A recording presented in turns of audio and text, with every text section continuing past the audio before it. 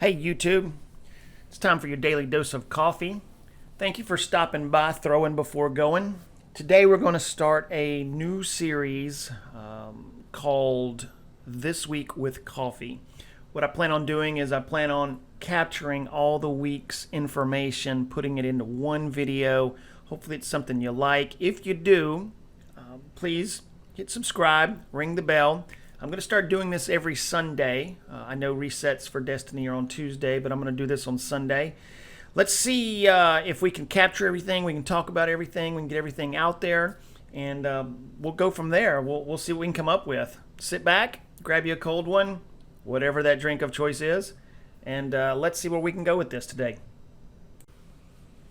All right, let's start with talking about the map that we received on Europa. So we have 5 locations or 5 identifiers for this map, and I think when you look at each one of the locations, each one of them is going to reveal and going to show us a little more opportunity, right? We're going to be able to have more to do. I think Europa is going to be bigger than we had anticipated. I think it's going to have more content than what we thought it would have on there. So it begs to ask the question, are you guys excited about Europa? Are you excited about another planet? I know we're losing, 4 planets, and we're gaining 1. We're also gaining Cosmodrome, but we're gaining Europa here.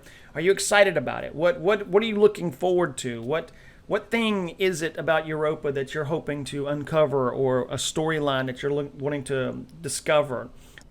Moving on with Europa, one of the things that we discovered this week was that Bungie is actually introducing a weather pattern, right? Some weather events taking place, and because Europa is this desolate surface of snow and ice and wind, they released some images and actually gave us a sound clip of what it's going to sound like on Europa. And so when we're on Europa in a calm setting, you can see in the background in the picture here that it's going to be rather clear, right? Bungie's known for their beautiful skyboxes, and the artwork just looks amazing here.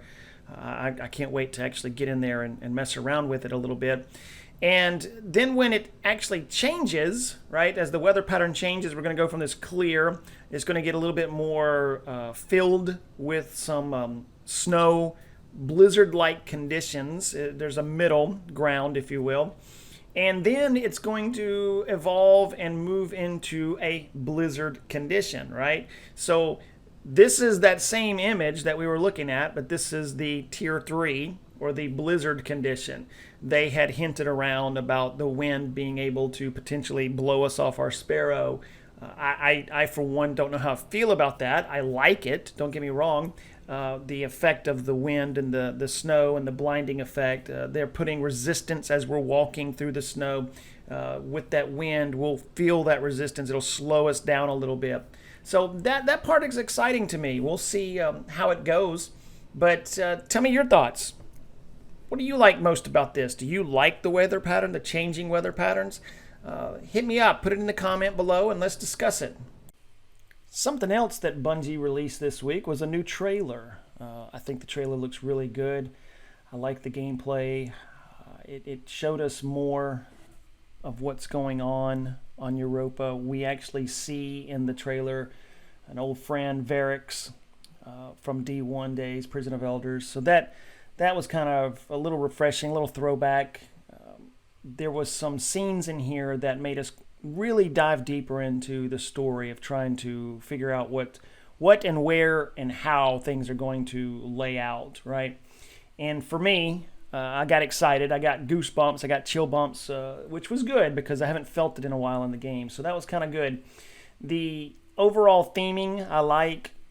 They revealed a lot again in the trailer. I encourage you to go to their website and watch it. Click on YouTube, watch the trailers with sound in the background. You can hear it. It sounds really good. The voices, the characters, everything looks good. I'm excited about it. Can't wait for it to drop in November, on November 10th. So that's just one other example of what they brought us this week. We got a trailer. We got some new scenes. We got some new stuff happening on Europa. All good stuff. Things that are looking up. All right, guys. So this week at Bungie brought us some information as well. We got a chance to see some behind the scenes stuff that's happening, right?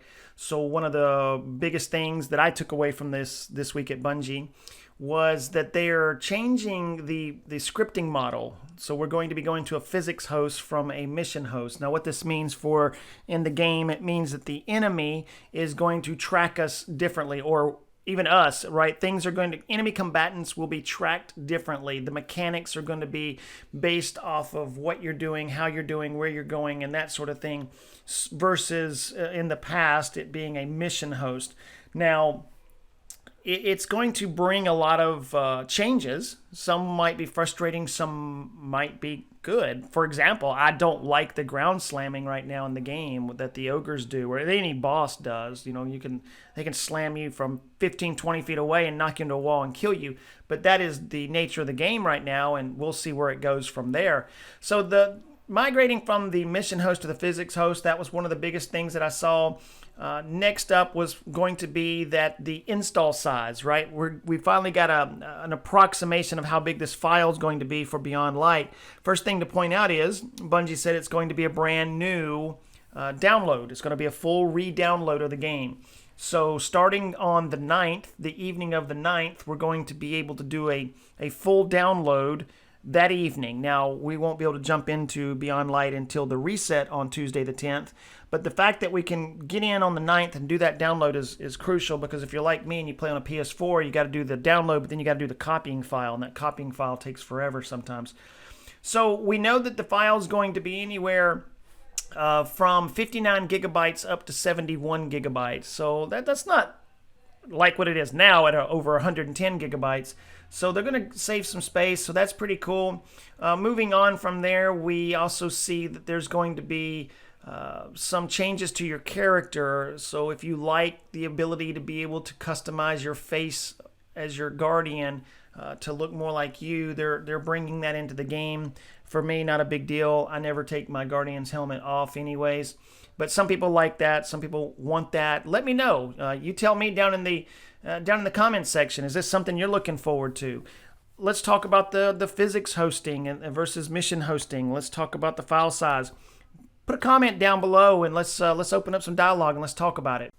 All right, guys, that wraps it up for today's video this week with Tim, talking about Destiny, talking about Bungie, talking about the game itself this week at Bungie. And if you like it, hit subscribe, ring the bell. Would love to have you as a subscriber to my channel. Throwing Before Going, gameplay, game review. We're going to start talking more and more as we're leading up to Beyond Light. We're going to try and dive more and more into what's coming each week. I'm sure we'll get more information on what's coming down the pipe. So guys, thank you. Y'all have a great week, great day. We'll see you on the next one.